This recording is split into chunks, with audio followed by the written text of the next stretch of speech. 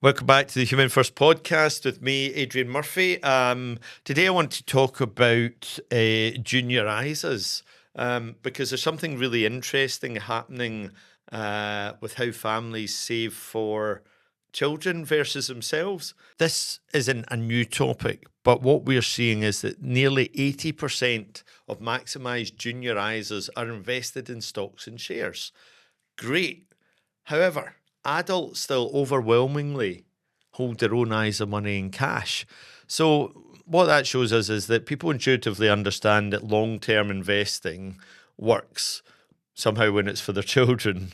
But then there's this kind of contrast, the long-term mindset versus short-term comfort with their own money. They think, well, I'm just going to keep that in cash. Now, if you are, it really doesn't matter what age you are, because even if you're approaching retirement, you are going to need to be invested for the rest of your life. If you're assuming a reasonably long life, hopefully well into your kind of 80s, then if your money is going to last, and particularly if you've got ideas of passing that on to the next generation, then the best way to do that is to have it invested. So we're seeing juniorisers bounce back strongly after the pandemic, which is great.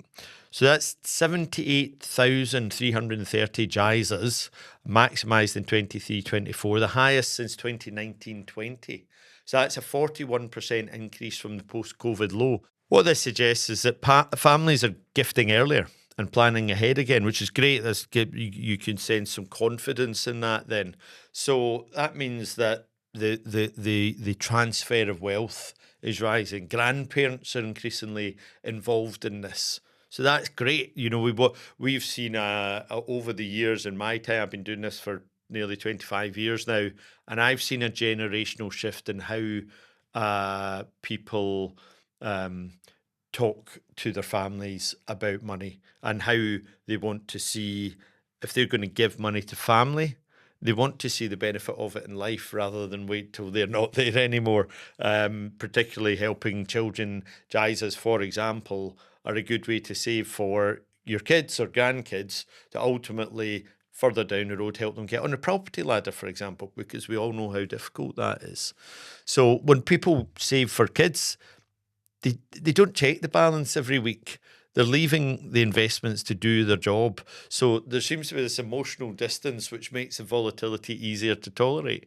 The time horizon removes pressure to try and time the markets, which we all know you can't do. It's time in the markets, not timing the markets.